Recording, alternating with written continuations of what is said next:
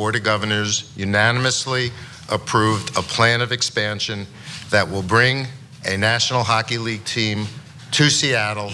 Bringing the 32nd franchise into the National Hockey League, the Seattle-based team starting in 21-22. And seriously, great point. What did you just say? So many teams in the East, Northeast. Wow. I mean, to Canada. There's a reason, obviously. Hockey is popular there, but this was a big move for the NHL, and it was a big move for any person who knows what went on. In case you haven't seen it, by the way, go to the channel and just search for the Sonics and how they were stolen from Seattle. So as this happened, the timelines were lit up with like, all right, Sonics, let's go. Let's bring them. So kind of sucks for the expansion NHL team. Like, you get this big announcement like, oh yeah, okay, how about basketball, you guys? Yeah, great point. So here's what I found to be very interesting. Kevin Durant was only there, I believe, for one season. And then the team was, of course, moved to Oklahoma City. And I found this out recently. The Daily Oklahoman, a newspaper that we often cite, you know who owns that? The owners of the Oklahoma City Thunder. Yeah. How does that tickle your fancy?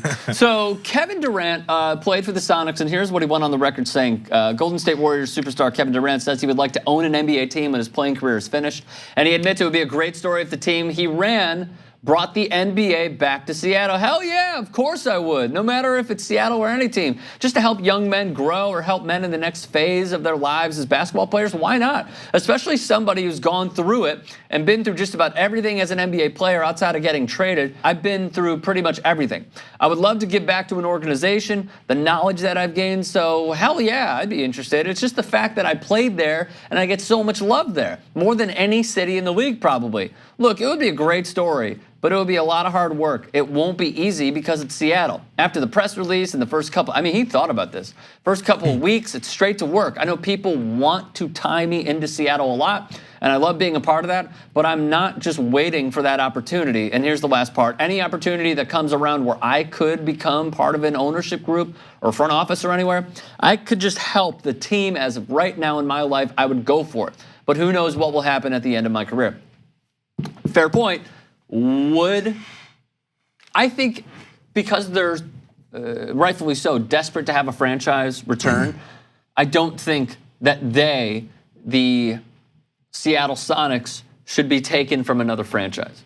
Because in the documentary Sonics Gate, there was one guy who grew up on Seattle Sonics basketball, and he said, I would hate for a young fan to experience what I had to experience, which is a team being ripped away from me for no reason, and then they would have to suffer what I went through. So that will always ring true with me.